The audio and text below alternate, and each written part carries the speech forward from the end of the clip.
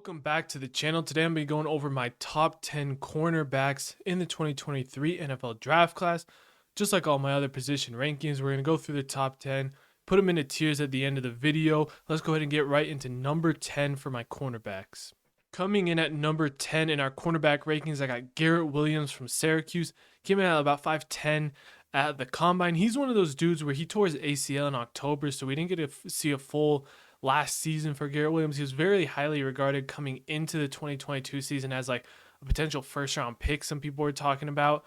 And like I said, that injury kind of hurt him, but he's a dude where like I have some concerns about maybe his long speed. He got beat deep. I mean, like that game against Purdue, I mean, Charlie Jones had a pretty good game, and by pretty good, I mean a really good game against him that he played. But he's one of those dudes where he's very instinctive, and I think he kind of is a better zone corner where he's very good coming downhill with his eyes on the quarterback, playing like an off coverage and being able to just snap on routes and come downfield and read the quarterback. He's very good at that. I don't know how good he can be in man, just with, especially if we have some speed concerns. But I think, like I said, throw this dude in a zone system and he's very instinctive, and I think he could be a good corner. I think he's kind of being slept on a little just because of that injury, a lot of recency bias with some of the other guys. He's a dude where I think he even could go higher than this or even be ranked higher. But just that haven't been able to see him, and I wish we could have seen him test. But other than that, I mean, very good sleeper that could be a good target on late day 2, early day 3 of the draft. Moving on to number 9, we got Julius Brents from Kansas State. Brents came in at about 6'3", 200 at the combine. Great size, and he doesn't have the top end speed of, I think he ran a 4.53 in the 40, but he's got great athleticism and the jumps and the agility. This dude's a really good athlete. He's a really aggressive player, really good in the run game, and very smart zone cornerback. He's one of the dudes that some people have talked about maybe transitioning to safety.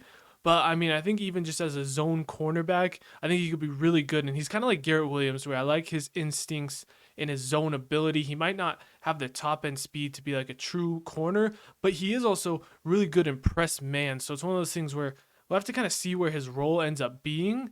But just as a pure athlete and just at 6'3", I mean, you don't find a lot of dudes with that size that move as well as Julius Brents does.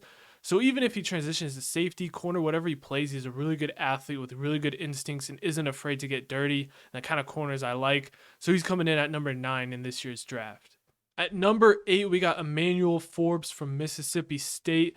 He's a dude who some people are really high on, some people have him in the first round. For me, I'm personally very concerned with a sub 170 pound corner, and that's for me why he's at 8. But I mean, like, if you don't really care about the size concerns with Forbes, which are definitely valid concerns, because this dude is, like I said, I think is a buck 66, like really thin and light dude. But I mean, this dude's probably got the best ball skills in this entire draft class. His ability to attack the catch point, either break up the catch or turn those catches into picks, is, like I said, best in this draft class. He's really good at getting the ball. He can be aggressive at times, very good cover corner. And like I said, he kind of has the skills and talent of a first round cornerback, but just a buck 66, he would be one of the lightest corners. If not, he might even be like the lightest corner in the NFL when he comes in. He's just very small, and especially teams are going to be running the ball at him. He has issues in the run game attacking just because of his size. And you start getting against some of the bigger receivers in the NFL, he might struggle. Like, do it against like Mike Williams, and like Mike Evans, dudes who can just kind of bully him.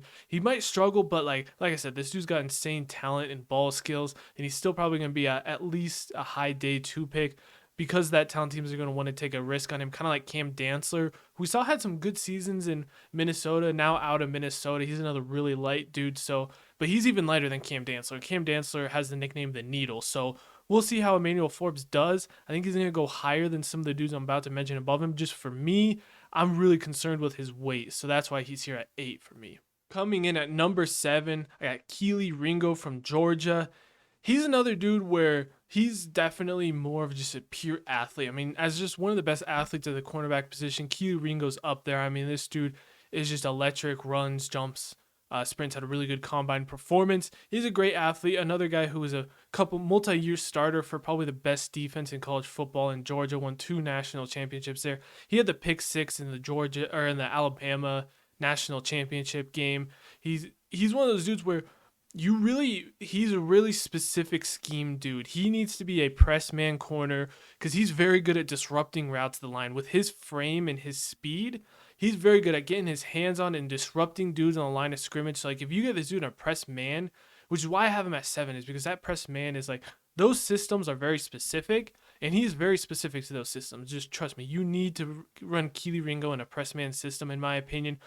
But if you do run Kelee Ringo in a press man system, like he can really disrupt those routes. He got like one of the biggest concerns you see on film is his ability to kind of flip his hips, and like he's really good straight line athlete, but his agility is a little sometimes like, and you watch routes like when dudes are running like some comebacks hitch routes against him and they're snapping off, he has a little bit of an issue of stopping and getting going. Just that's kind of what just comes with him being a bigger but fast corner, is just gonna have more trouble with those start stop. So that's why I think like if you get him and just tell him to like, hey, go up and press and just bully some of these receivers, and maybe even you play him kind of like a cover two scheme where he's kind of just playing that underneath and just tell him to like cover two press kind of thing. I think that's where he could excel. So like I said, very scheme dependent kind of dude in Kelee Ringo, but if you get him in the right scheme, he's got tools to be a very good cornerback one day if you can just kind of build out into his frame a little bit more. Moving on to number 6, we got Cam Smith from South Carolina. Cam Smith, another one of those lighter corners. A lot of like lighter corners in this draft. He's coming in at $180 at the combine, but he's a dude who he's not as, although he's smaller and not the fastest, which usually isn't a good combination for corners. He's a dude who he's a really aggressive corner, really smart at reading routes. South Carolina's done a really good job with cornerbacks the last couple of years, developing guys like J.C. Horn coming out of there. But another dude who, like, he's kind of like you think about like Garrett Williams and Julius Brents, who I mentioned earlier, where he could be really good in a system where he's kind of playing off man or kind of like an off zone coverage where he can watch the routes develop in front of him, jump on the routes, and that he's not going to be your long speed kind of just freaky athletic corner. He has some good length, even though he is really light. It doesn't really help in the run game. And one of the biggest issues I think with Cam Smith is he is a very grabby corner. Like I think he had 10 penalties this last year for South Carolina. He holds a lot, which is why I think that you don't really want to play him in more of a press man coverage. Like I said, I want an off man or kind of off coverage zone, just anything playing off, because his instincts are really good in this draft class. That's why I have him at 6. I mean, dude, like I said, I love this dude's instincts and his ability to break on routes and go get the ball when he kind of sees it develop in front of him. So that's why I think he could be in the NFL. And coming in at number 6, another guy who probably a day 2 corner, probably goes in round 2 if I'd had to guess. He could sneak into the end of the first round too. I personally don't think he will.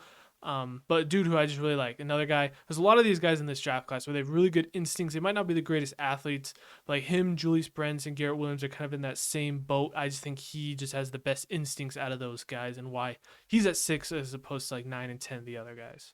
Coming in at number 5, I got one of my defensive gems. So I have him, if you want to go hear more about him, go to my defensive gems video. But we got Tyrique Stevenson from Miami. He's one of my favorite corners in the class. Like I might be a little higher on than some other people. But I think he's a dude, he had a really good week at the Senior Bowl, and really, I think, because like I was like kind of like thinking like, hey, I mean, like this dude has the signs, went and put it together the Senior Bowl and really jumped up for me in this corner class. And a dude where he's kind of weird because one of the biggest knocks on Tyrique Stevenson is they say he kind of gets lost sometimes in coverage where like he just loses his eyes and stuff. But it's weird because it's like he has the size and physicalness to be a press man corner. I think he could do that in the NFL. Like I said, he's got that. He doesn't have necessarily like elite long speed, but he's got physicality and size to be able to be a press man corner.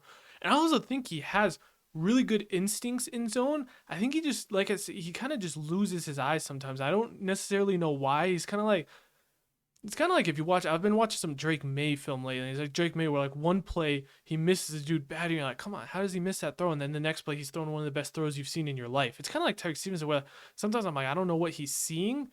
But then the next play, I'm like, that's some really good instincts. He had really good like zone coverage grades from PFF. I know this last season, so like I'm not too worried. I think he could, like I said, I'm really high on this dude. I know it sounds like I'm talking down on him, but like he is my number 5 corner, and I think one of the reasons is because I do think he could play either. I think he could play press man or play zone. I think he's a versatile guy that I think he's just going to get better when he goes into the league. A dude who was like a highly touted guy coming out, went to Georgia, ended up transferring to Miami. I think he's got the pedigree. He's got the size.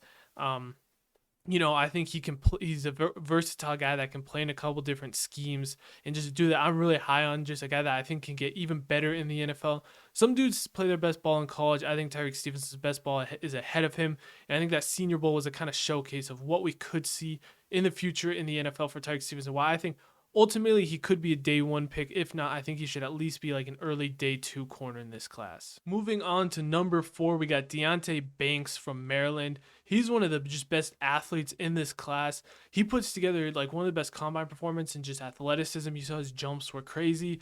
Really good athlete, along with really good man coverage skills at Maryland. Really, the only knock when I watch Deonte Banks film is just his ball production. He doesn't have great ball skills, and that's more just turning into picks. He's good at breaking up routes. He just doesn't get the interceptions. And he didn't have a lot at Maryland, but I mean, his coverage stats are insane. Like, he barely allowed any yards or anything at Maryland. This dude was a lockdown corner. You get a lockdown corner along with great athleticism like that, and I think he has a chance to be a really good NFL player and just a really productive dude that I think ultimately is a mid first round pick. I'm seeing a lot of teams like, I think kind of like, that Minnesota, Baltimore, Washington range. I think he definitely goes to one of those 3 teams that mid range, and if not higher. I think like his floor is probably like Baltimore at 22. I don't think he makes it past there, just because I think this dude's athleticism and man coverage skills is just something highly coveted in the NFL, and he just does that really well. And I think there's a really good top corner class. Him and the other guys above him are really good. He's a really good corner. I just like some of the guys above him a little bit more, but I do think there is a pretty big jump between a guy like Deonte Banks and maybe even a Tyrique Stevenson that I just mentioned, as like he's like a mid first round, whereas Tyrique Stevenson's late first round, early day 2. But Deonte Banks, I love this dude. He's, just watching his film just makes you like him even more. One of the biggest risers this offseason too at the corner position. Rounding into our top 3, coming in at number 3, I got Joey Porter Jr. from Penn State. Another, press, really physical, good up in your face corner. The only negatives I could really find for Joey Porter Jr. when I was watching his film is his change of direction isn't like the greatest. He's not like an elite athlete in change of direction. And then penalties, he got a lot of penalties, a very physical dude, but they did go down from his last season to the season before, so he is improving at that. But another dude who just a lot of teams now are running those 2 high defenses, and you like a cover 2 man or just a cover 2 sink where he can go press in your face with some safety help over the top, because he's another like not just pure athlete. But that's what a lot of defenses are running, those 2 high schemes where he's going to have help over top and he can get up in the face of receivers. I mean, that's exactly what this dude's going to excel at. I mean, he's a prototypical dude for that kind of cover 2 system that's being really prevalent, even like a system in the NFL. And just having that safety help over the top is just going to allow him to be even more aggressive, and he's going to make a lot of plays. He's not the greatest tackler, but he's a very good tackler too. And like I said, he's got good ball production too, and good ball skills, being able to get up in the face and just play an elite press man corner in this class, which, like I said, I say this every year, it goes higher and higher in the draft every year, and there's a lot of good ones in this draft class, and Joey Porter Jr. is up there as one of the guys in this draft. Coming in at number 2, I got Christian Gonzalez from Oregon. We're moving into like our top tier, our 2 corners. I think they're more kind of pick your poison, but like Christian Gonzalez is one of the best size, speed, and fluidity like prospects we've had. And there's been some really good corners. Just this dude coming in at 6'1", 200 pounds about, and just the ability for him, he's got blazing like speed. Top end speed is great. Got great fluidity in his movement and his jumps and everything. He's a physical corner, and his hip fluidity and able to get in and out of breaks with receivers is like some of the best in this draft class. He's got some things to work on, like his instincts and technique, still got a little work on, but like just as a potential corner, I think Christian Gonzalez has the highest potential out of any corner in this draft, just with his size and movement skills. You don't see that a lot, and along with really good ball production and just ability to recover on routes. Like, I mean, this dude, even if you beat him off the line, he's going to recover, because this dude's got great speed. He can get up in your face, like I said, and be physical, and I think his traits are just something that could end up making him the number 1 corner in this class. Like I said, I think it's really close with him, and surprise, number 1 is Devon Witherspoon. They're very close in my mind. It's kind of pick your poison. I think if you're going to run a zone system, I think Christian Gonzalez is better than Devon Witherspoon, and just his physicality and to be able to get downhill. He can play the run game too. I just think like he has so much potential, and if he was more refined, I think he'd definitely be my number 1 corner. I just like some of the skills Devon Witherspoon brings a little more, but like I said, they're kind of pick your poison. And Christian Gonzalez, if he's the first corner taken, he could go as high as like 6 to Lions. I'm not going to be shocked, just because he has that potential that could be really elite, and who knows, like he has a potential of an all-pro corner in the NFL just with his size and speed. So we'll see where he ends up going, but dude, that's elite. I mean, I love this dude. when I saw him transfer from Colorado, I was in on him in the offseason. He started off the season really strong, and I've been on the Gonzalez bandwagon for over a year now, and I just think he's a really good corner. We'll see where he ends up going on the draft. Moving on to my number one cornerback in the 2023 NFL draft, I got Devon Witherspoon from Illinois. Like I said, I think it's really close between him and Christian Gonzalez. But I think Devon Witherspoon, just his attitude and how he plays football, man, you gotta love. Like I said, I was a huge Christian Gonzalez fan. I had him as my corner one for a lot of the process. And then I started getting more into Devon Witherspoon. Just the way this dude plays a corner position is so fun to watch. I mean, like I've said before, like this dude hates wide receivers. Like he feels like it's his personal vendetta to bully these receivers and like get them taken off out of the game. I mean, this dude, he'll come down, great tackler in the run game. He's not afraid to, like, you know, they throw a wide receiver screen to his side. He's not afraid to go straight through that receiver and make a tackle. I mean, this dude is a downhill, just electric attitude kind of corner. What you see in the NFL now, he's going to talk his talk and do all of that. And just that press man ability with him is best in this class. His ability to get up in your face, stay with receivers in and out of breaks. He's got good speed. I think he ran in the 4.4s in his pro day. A lot of dudes had him, which was one of his kind of concerns. He wouldn't put that out the window.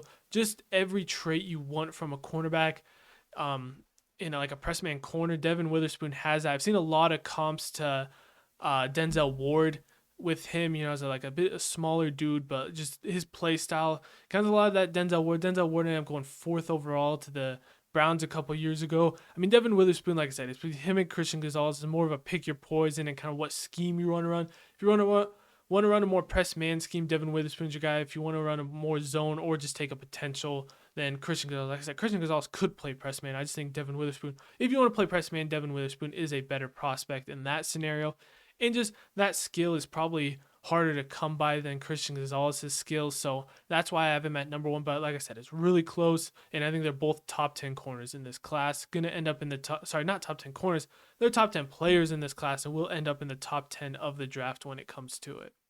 Moving on, you can see my tiers and how I broke up the top 10 in this draft.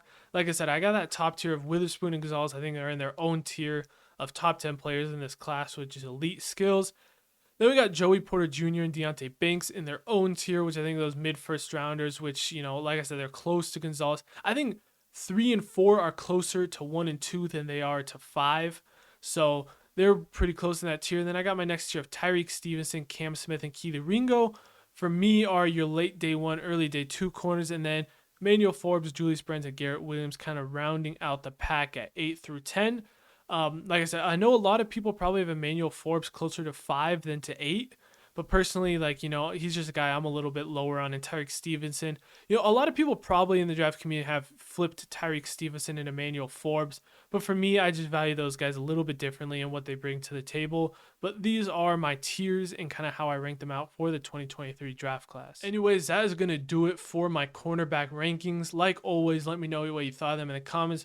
Go check out my videos. I did a pretty cool video on Sunday where I kind of went over tiers of players in this draft class and just kind of looking back at the last 3 years, whether or not teams usually got more value trading down or up in the draft class. It was a pretty interesting video to go through, and I found a lot of cool things about it. Like trading up actually isn't always a bad thing, and when teams should trade up versus down. I'm finishing out my rankings for positions with quarterbacks this week, and then that's going to be it for my position rankings. We'll get into more mock drafts and stuff to finalize the draft season, but the draft's right around the corner.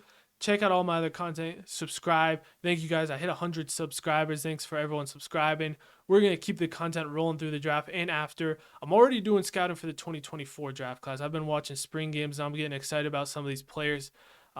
So we're going to get that rolling soon after the draft too. I'll see you guys for the next video. Thank you for watching yet again.